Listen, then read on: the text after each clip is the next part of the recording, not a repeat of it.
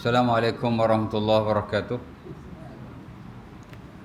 Innal hamdalillah nahmaduhu wa nasta'inuhu wa nastaghfiruhu wa na'udzu billahi min shururi anfusina wa min sayyiati a'malina may yahdihillahu fala mudilla lahu wa may yudlil fala hadiya lahu. Asyhadu an la ilaha illallah wahdahu la syarika lahu wa asyhadu anna Muhammadan 'abduhu wa rasuluh.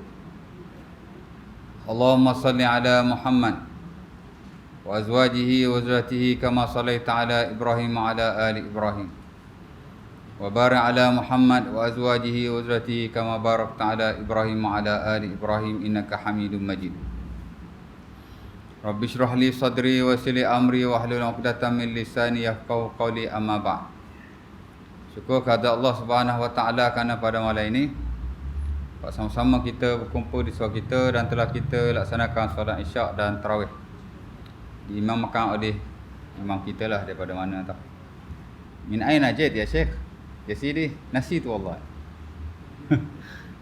Last kuliah anda datang nak bawa dia pergi makan sembang-sembang lama sampai pukul 11.30 pukul 12 balik kita. Nama apa lupa.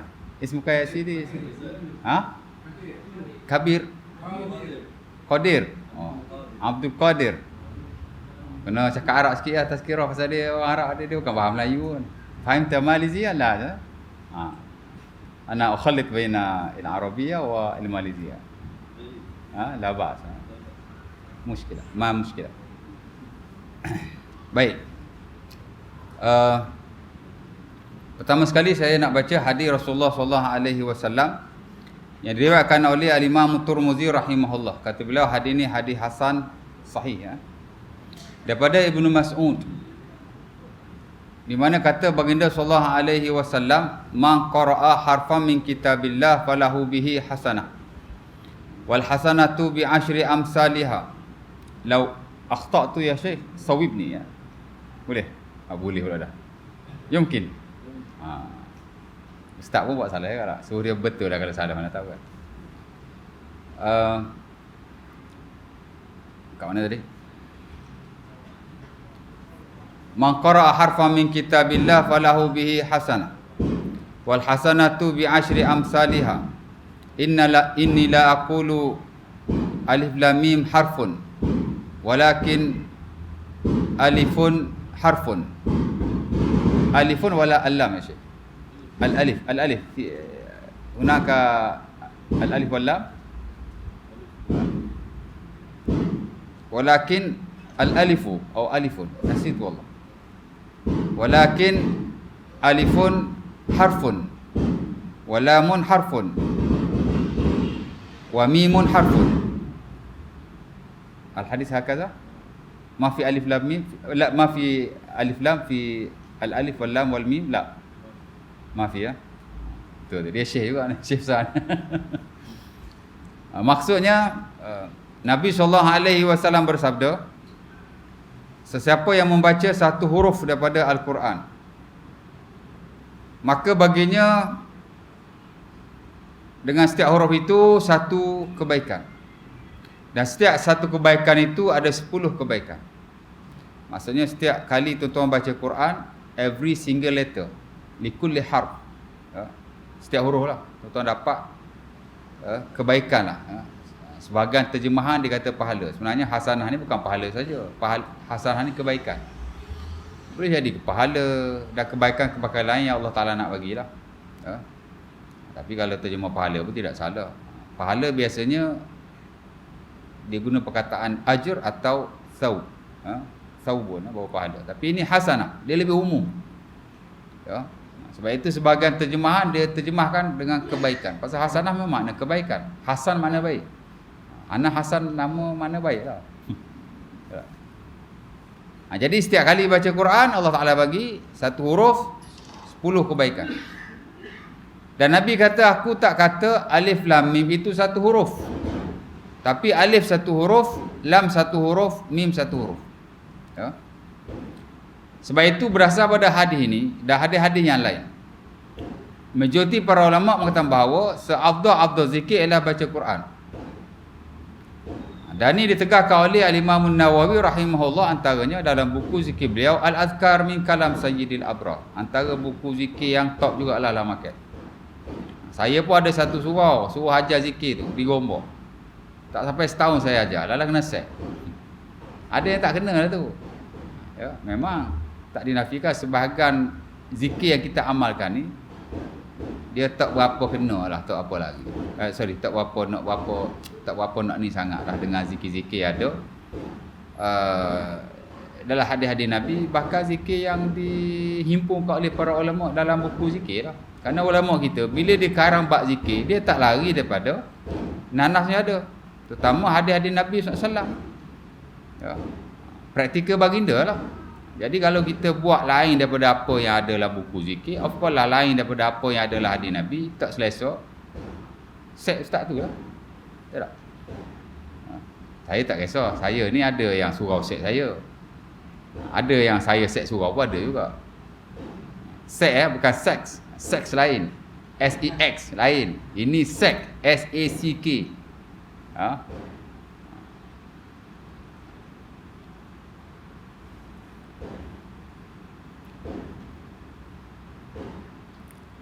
Kata An-Nawawi rahimahullah dalam buku zikir itu, dalam kitab Tilawatil Quran, buku zikir itu dia ada banyak kitab. Salah satu ialah Kitabut Tilawah. Kitab ni makna bab yang besar lah. Bab tilawah lah, kitab tilawah ya. Dia mula-mula dia sebut dah, i'lam anna afdalal azkari tilawatul Quran. Hadha maqala An-Nawawi fi kitabih al-azkar. Qara'ta al-azkar ya Syekh? Nah.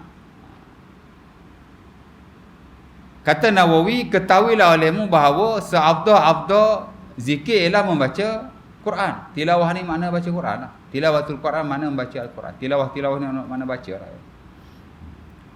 Dan majoriti ulama memang beberapa begitu, bukan Nawawi seorang. Baca Quran lebih afdal daripada tasbih. Daripada kita duduk subhanallah subhanallah, dibandingkan baca Quran lebih afdal. Majoriti kata begitulah, ada khilaf dalam bab ni, tapi majoriti kata lebih afdal daripada tahmid. Alhamdulillah, alhamdulillah, baca Quran lebih afdal. Dan begitu juga dengan takbir. Malah lebih afdal daripada zikir Allah, Allah. Kalau ada zikir itulah, tak tahu dah ada ke tidak. Malah lebih afdal daripada zikir yang lain seperti hu, ah, oh. Ya tak? Kata Nawawi ya. Tapi ujung tu dia kata apa? Walakin al-matlub minat tilawati tadabbur. Akan tetapi yang dimaksudkan dengan membaca Al-Quran itu ialah tadabbur. Maksudnya dia kata bukan baca saja. Baca ni afdal lah, dapat pahala. Ialah setiap satu huruf Allah Ta'ala bagi 10 pahala. Ya? Tak sama dengan kita baca benda-benda lain. Tak? Baca hadis Nabi belum tentu dapat pahala setiap huruf. Tapi Quran dapat. Ya? Tapi kata Nawawi, baca jangan baca saja. Kerana yang dimaksudkan dengan baca itu ialah mentadabbur akan ia. Tadabbur ni maksud menghayatinya. Faham dan kita menghayatinya. Dan saya ingat mungkin di atas dasar semangat itu, surau ni ada buat tadabbur Quran lah setiap malam. Hatta saya malam ni pun suruh tadabbur surah Al-Kausar. Saya ni sebenarnya tak berapa mahir sangat buat tafsir Quran ni. Dan saya personally memang bukan kata tak suka, jaranglah baca buku tafsir. Ya? Saya banyak baca buku yang lain, khusus buku fiqh lah. Ingatkan bebas tajuk boleh saya tazkirah apa-apa tajuk kan. Tapi dia bagi tajuk, oh ustaz, tadabbur surah Al-Kausar lah. Jadi saya dah lah baca sikit buku tafsir tu. Ya. Baik, saya diminta untuk berkongsi dengan tuan-tuan tadabbur surah Al-Kausar. Ya. Di mana surah ni tuan-tuan? Sebelum kita nak pergi setiap ayat lah, sebab surah ni bukan panjang mana pun ya. Ada beberapa perkara yang perlu kita tahu. Pertama ialah surah Al-Kausar ni tuan-tuan bernama dengan surah Al-Kausar. Talabuni an nak cakap Arab tadi ya. Usyarikukum fi tafsir surah Al-Kausar. Apa nama? Pertama surah ni nama dia surah Al-Kausar. Ya. Berasaskan kepada ayat pertama daripada surah berkenaan. Inna a'tayna kal kautsar. Jadi surah ni dinamakan surah Al-Kautsar. Tak banyak beza dengan beberapa surah yang lain yang dinamakan ia berdasar kepada ayat yang terawal daripada surah itu. Kebiasaan ayat yang pertama lah, kita ada surah Yasin, daripada ayat Yasin. Kita ada surah apa lagi? As-Saffat, ayat terawal perkataan Saffat. Surah Abasa, ayat pertama surah Abasa. Same goes to Al-Kautsar. Al-Kautsar pun dinamakan surah Al-Kautsar kerana ayat pertama daripada surah itu ialah Al-Kautsar. Bahkan Nabi SAW sendiri pun memanggil surah ini dengan surah Al-Kautsar. Sebab itu majoriti para ulama beberapa bahawa nama-nama surah asma aswat tauqifiyah. Maksudnya dia mesti berasas pada nas. Dia tak boleh kita bagi sendiri atau ulama bagi sendiri, yang mana ia merujuk kepada ijtihad. Nama surah ni dia bukan ijtihad. Dia daripada nas. Tauqifi makna must be based on revelation. Ya. Al-Kautsar pun samalah, ya. Sama ada dia daripada perkataan daripada surah itu ataupun daripada penceritaan keseluruhan atau majoriti daripada ayat-ayat daripada surah itu. Macam Al-Baqarah, betul tak? Dia daripada keseluruhan surah tu berkenaan dengan Al-Baqarah. Jadi ada yang diberikan nama surah berdasar pada perkataan yang ada dalam surah itu, kadang berdasar pada maklumat am ataupun ayat-ayat umum lah daripada surah berkenaan. Itu nombor satu. Yang kedua, surah ni tuan-tuan surah terpendek dalam Quran. Ya. 3 ayat saja. Ada lagi surah yang 3 ayat dalam Quran. Surah apa? Surah apa? Surah Al-Asri lah. Surah Al-Asr. Salah satu ayat, sah? Al-Kautsar surah 3 ayat juga. Al-Asr pun 3 ayat. Tapi Al-Kautsar lebih pendek lah, dasar pada huruf-hurufnya. Ada awak pendek lagi macam Qul Huwallah, tapi dia 4 ayat. Dan mungkin lagi ada surah-surah yang lain. Tapi awak pendek sekali Al-Kautsar lah. 3 ayat, lepas tu pendek lagi. Al-Asr 3 ayat, tapi dia panjang. Panjang sikit lah pada Al-Kautsar. Jadi ini adalah surah yang paling pendek sekali dalam Quran. Dan dia memang terkelompok dalam surah-surah yang disebut sebagai surah Al-Mufassal. Aqsar Qusaril Mufassal. Sahih sini ya. Suratul Kautsar Aqsar Qusar Al-Mufassal. Surah yang paling pendek di kalangan surah-surah yang pendek. Kerana Quran ni tuan-tuan dia ada 4 kategori. Tak tahulah saya pernah share atau tidak. Tapi ini tuan-tuan belajar dalam ulum Quran lah biasanya. Dipanggil taksim ayatil Quran. Ataupun taksim suwaril Quran. Pembahagian surah-surah atau ayat dalam Quran, di mana dia ada 4 kategori lah. Pertama yang paling panjang lah, panjang-panjang. Nabi menamakan dia sebagai As-Sab'un Tiwal. The 7 longest surah, ya. 7 surah yang paling panjang lah, daripada surah Al-Baqarah sampai surah At-Taubah. Itu panjang-panjang. Dan Nabi kata ini seperti Taurat. Ada hak pendek sikit, dia panggil Al-Mi'in. Ini seperti Injil. Injil atau Zabur? Al-Mi'in Zabur atau Injil? Zabur, sorry. Al-Mi'in daripada perkataan mi'ah. Mi'ah ni makna 100 lah, 100. Jadi ayat-ayat Quran yang 100 ayat, lebih kurang 100 ayat tu, itu disebut sebagai Al-Mi'in. Dan Nabi kata makan Az-Zabur, ini seumpama Zabur. Tuan-tuan pernah baca Taurat? Tak pernah. Zabur pun tak pernah. Tengok pun tak pernah. Saya pun tak pernah. Tapi kita tahu maklumat itu daripada hadis ni. Hadis riwayat Ahmad daripada Wasilah bin Al-Asqa. Al-Imam As-Suyuti rahimahullah ada masuk hadis ni dalam buku ulum Quran beliau Al-Itqan, ya, fi ulumil Quran. Dan saya kira ulama yang membahaskan tentang kategori surah-surah dalam Quran, kebiasaan dia akan rujuk hadis ini. Hadis Ahmad daripada Wasilah bin Al-Asqa, di mana Nabi sendiri mengkategorikan surah-surah dalam Quran panjang dan pendek. Dan Nabi menamakannya. Dalam Islam ni ada benda kita bagi nama, ulama bagi nama. Ada benda Nabi sendiri bagi nama. Ya, macam ni Nabi bagi. Hak 7 panjang ni Nabi kata As-Sab'un Tiwal. Hak 100 ayat Nabi namakan dia sebagai Al-Mi'in. Itu macam Zabur. Jadi kita fahamlah Taurat ni dia macam hak 7 surah panjang-panjang ni dia macam Taurat. Rupanya Taurat ni panjang-panjang dia punya surah, dia punya ayat. Tak tahulah, kita tak pernah baca. Zabur pun panjang-panjang juga, tapi dia pendek sikit daripada Taurat. Dia 100 ayat begitu. Yang ketiga Nabi kata macam Injil Al-Mathani. Pendek sikit lah, 100 ayat ke bawah, ya. 70 80 ayat macam tu. Tapi dia below than 100 ayat. Dan yang keempat Nabi kata wa fuddiltu bil mufassal. Adapun aku diberi kelebihan dengan surah-surah yang pendek. Oh, rupanya surah-surah yang pendek ini ialah surah yang khusus untuk Rasulullah sallallahu alaihi wasallam. Ya. Cuma surah pendek ni dibahagi pula kepada 3. Ada tiwalul mufassal, surah pendek tapi panjang juga. Dalam 50 60 ayat. Ada ba'da tiwalul mufassal, mutawassit al mufassal walai. Nasi tu ismahu Allah. Hak pendek juga tapi pertengahan. Mutawassit al-mufassal. Ya, awsatul mufassal aywa. Awsatul mufassal. Mana hak mufassal, hak pendek tapi dia pertengahan. Dalam 30 40 ayat macam tu.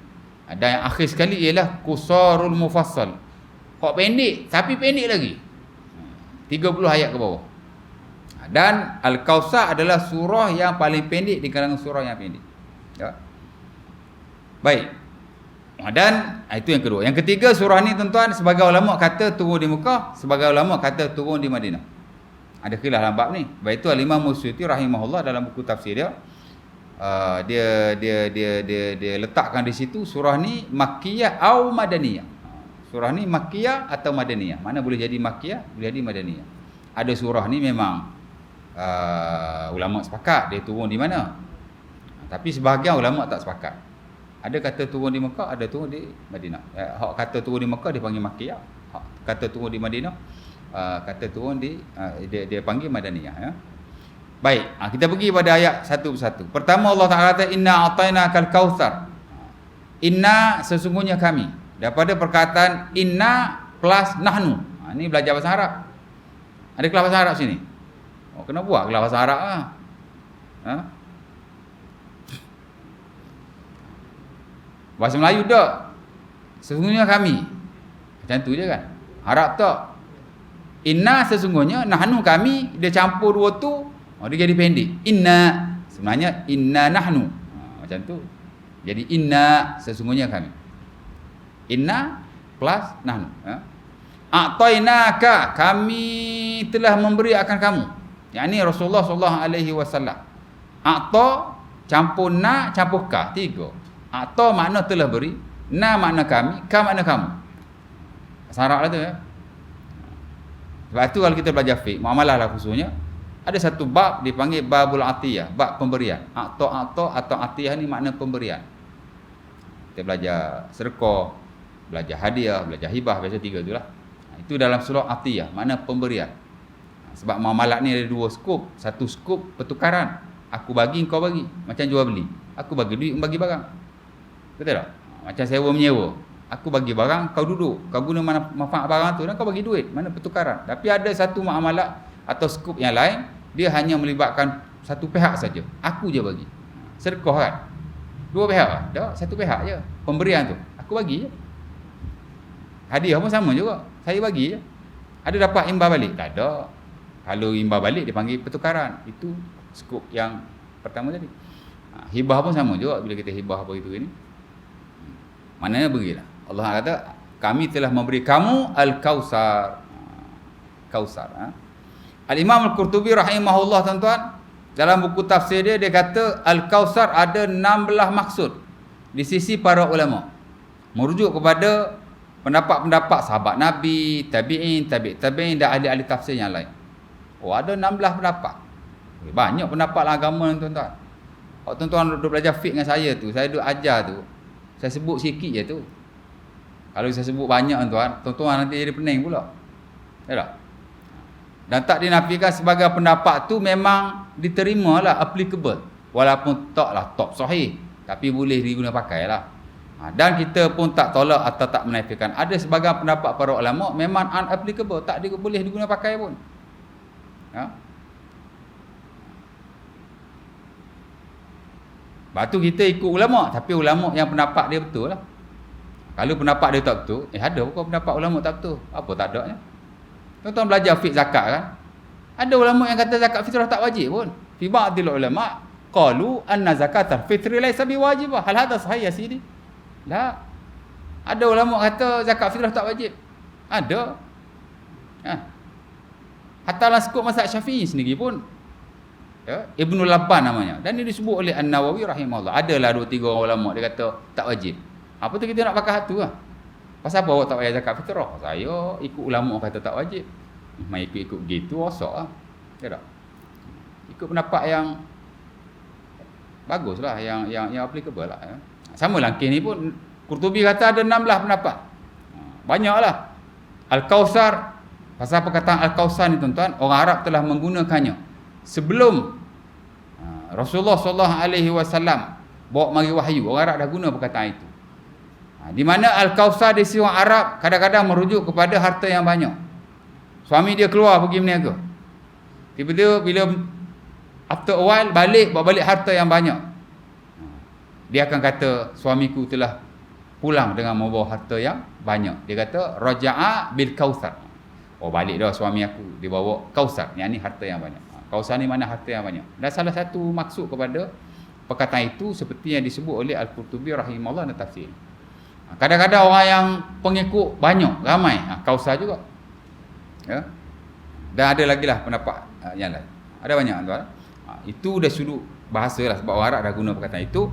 Of course lah, bila Nabi datang, ayat Quran turun, inna atainakal kausar, ada makna dari sudut syaraknya. Tapi banyak jugalah, ada sampai 16. Dan Al-Qurtubi rahimahullah kata, asahul aqwal indi al-qaulul awal wa tsani li'annahu thabitun an Rasulillah nahsun fil ayat. Banyaklah pendapat dia kata sampai 16. Tapi yang paling sahih asahul aqwal, ya, ialah pendapat yang pertama dan kedua. Kenapa? Li'annahu thabitun an Rasulillah. Kerana ini sabit daripada Nabi. Oh, kalau nak kira pendapat, memang banyak pendapat. Ya tak?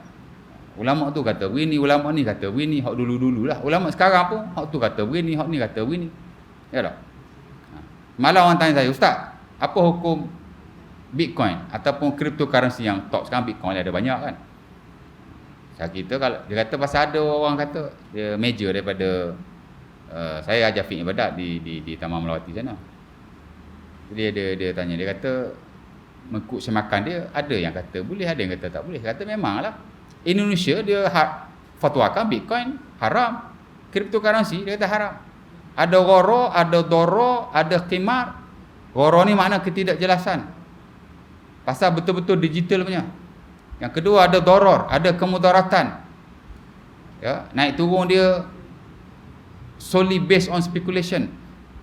Betul-betul bergantung kepada spekulasi. Dia tak sama macam duit fizikal ni, duit fiat ni. Duit fiat ni memang ada naik turun juga. Adalah spekulasi juga, tapi tak seteruk cryptocurrency. Ya tak? Ada orang sujudi juga, ada riba. Lepas tu Indonesia dia fatwa haram, tapi Malaysia fatwa harus. Dengan tawabit ataupun apa mana tawabit?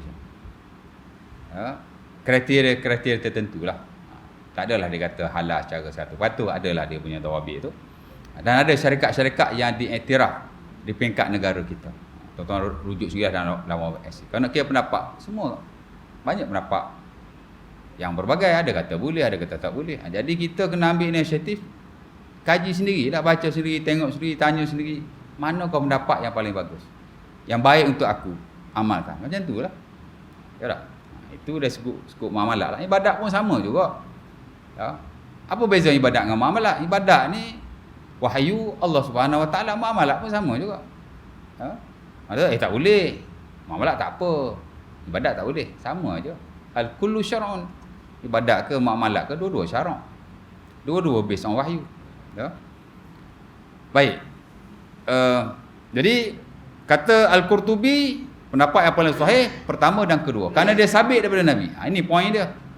Mungkin ada banyak pendapat yang ada, tapi kita kena cari yang paling baik, yang paling sahih, yang paling sabitlah daripada Rasulullah SAW. Jika ada sandarannya.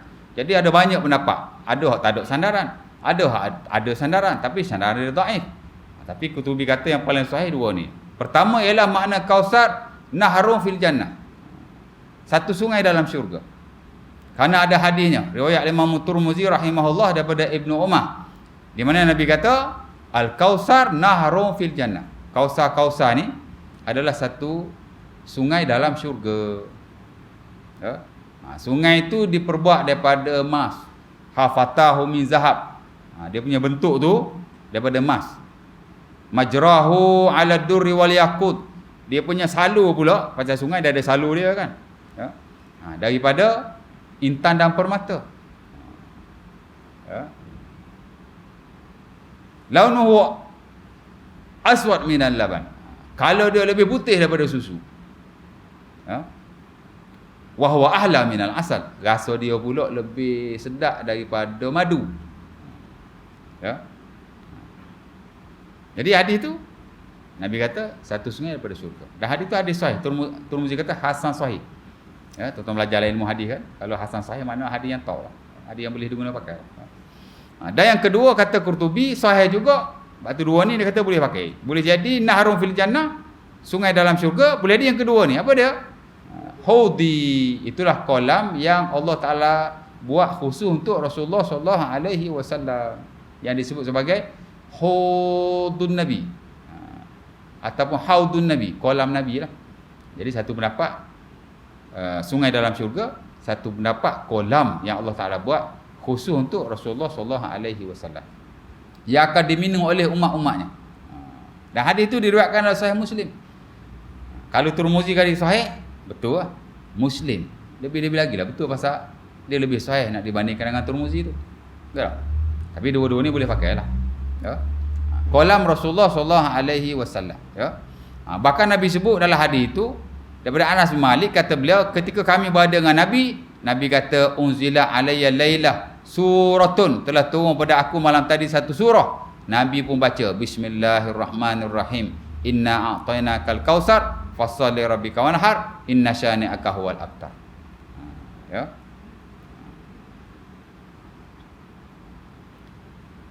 Dulu kita pernah bincang tentang bismillah Al-Fatihah kan.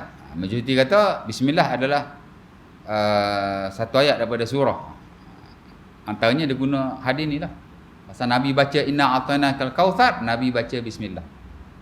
Ya, telah turun kepada aku satu surah malam tadi.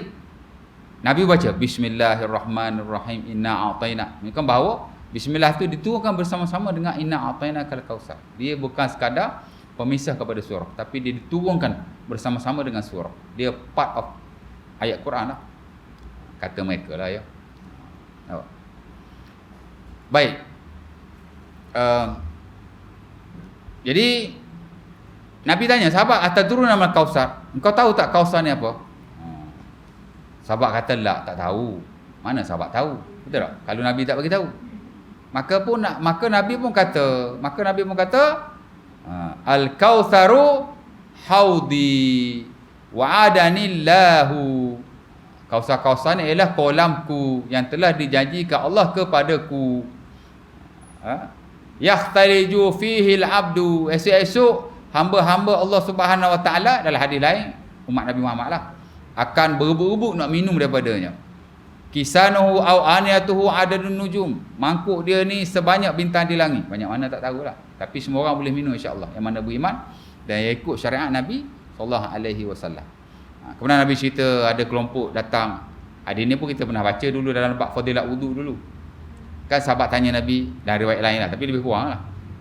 Macam mana kamu kenal umatmu wahai Muhammad atau wahai Rasulullah lepas kamu mati? Nabi kata, aku kenal dia ataupun aku kenal umat aku dengan cahaya yang ada pada badan mereka. Ya? Araftu ummati bi apa hadis tu?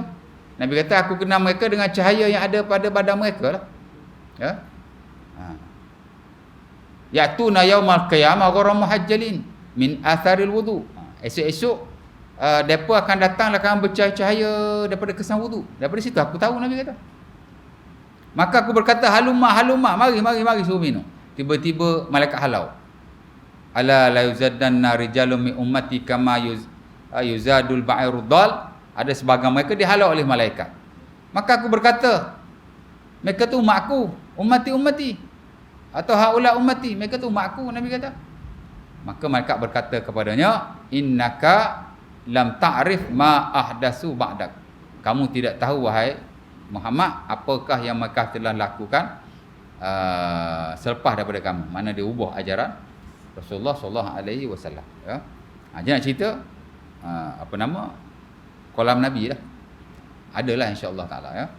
Jadi makna Kausar adalah sungai dalam syurga ataupun kolam Rasulullah sallallahu alaihi wasallam, ya. Kemudian fasalli rabbika wanhar, maka sembahyanglah dan sembelihlah, merujuk kepada sembahyang ayat haji lah. Satu pendapat jugalah, pasal ada pendapat yang lain. Dan sembelihlah merujuk kepada korban, ya.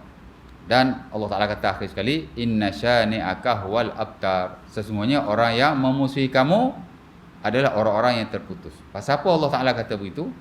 Kerana satu sebab nuzul ayat ni ialah orang-orang kufar memanggil Nabi sallallahu alaihi wasallam dengan nama Al-Abtar. Nabi ni selain daripada nama-nama yang diberikan oleh bapa dia seperti Muhammad, ada nama yang diberikan oleh kaum dia seperti Al-Amin. Of course lah, before dia jadi Nabi lagi. Dan selepas dia jadi Nabi, ada nama-nama yang diberikan oleh Allah Ta'ala sendiri. Betul tak? Ahmad, Allah Ta'ala bagi. Al-Aqib, Allah Ta'ala bagi. Apa lagi? Al-Mahi, Allah Ta'ala bagi. Apa makna Al-Aqib? Tak tahu. Ada kelas akidah sini? Tanya Ustaz akidah. Pasal hadis ni biasa kita baca dalam akidah lah. Dalam bab nama-nama dan sifat Rasulullah. Mesti ada punya. Jadi nama Rasulullah punya ada banyak tuan. Of course lah Allah Ta'ala bagi. Tapi tak adalah sampai 1000 nama. Ada kata nama Nabi sampai 1000. Mana dia ceduk saya pun tak tahu. Adalah nama-nama tertentu. Antaranya Al-Aqib, itulah orang yang tidak ada lagi Nabi selepas daripada Nabi. Al-Mahi, orang yang dihilangkan kekufuran oleh Allah Subhanahu Wa Taala. Ya. Baik, jadi ada nama Allah Ta'ala bagi kepada Nabi. Dan ada juga nama yang orang panggil kat Nabi. Hak ni hak banyak tak betul lah. Orang panggil Nabi syair majnun. Ya tak? Dah lah kaki penyair. Gila pula. Ada orang pun panggil Nabi Al-Abtar. Puak-puak tak, puak pening ni. Pasal apa dia panggil Nabi Al-Abtar? Al-Abtar makna yang terputus. Kerana tuan-tuan, bila seseorang itu kematian anaknya, terutama anak lelaki, dia akan panggil orang itu Al-Abtar. Makna Tuhan tak suka dia. Jadi bila orang kafir panggil Nabi Al-Abtar, Allah Ta'ala turun surah ini nak mempersiapkan Nabi daripada sifat itu. Hak Abtar sebenarnya ialah mereka. Kerana mereka tidak beriman dengan Allah Subhanahu Wa Ta'ala dan dengan Rasulullah sallallahu alaihi wasallam. Jadi secara ringkaslah nak tafsir tu. 3 ayat yang kita baca daripada surah Al-Kausar, itulah maksudnya. Inna a'tainakal kausar. Sesungguhnya kami telah memberikan kamu wahai Muhammad Kausar. Saya dah jelaskan apa makna Kausar. Ada 16 nama. Yang paling sahih ialah satu sungai dalam syurga dan juga kolam Rasulullah SAW. Fasalli rabbika wanhar, sembahyanglah dan sembelihlah, sembahyang sunat raya dan korban. Inna syani'aka huwal abtar, sesungguhnya orang yang memusuhi kamu dialah yang terputus. Yakni daripada rahmat Allah Subhanahu Wa Ta'ala, ya. Jadi habislah kita tadabbur surah Al-Kausar. Bulan depan sambung kuliah fiqh balik. InsyaAllah ta'ala. Mudah-mudahan setakat itu dulu. Aku Lukul Hazar. Assalamualaikum warahmatullahi wabarakatuh. Kita tangguhkan majlis kita dengan tasbih kafarah dan surah Al-Asr.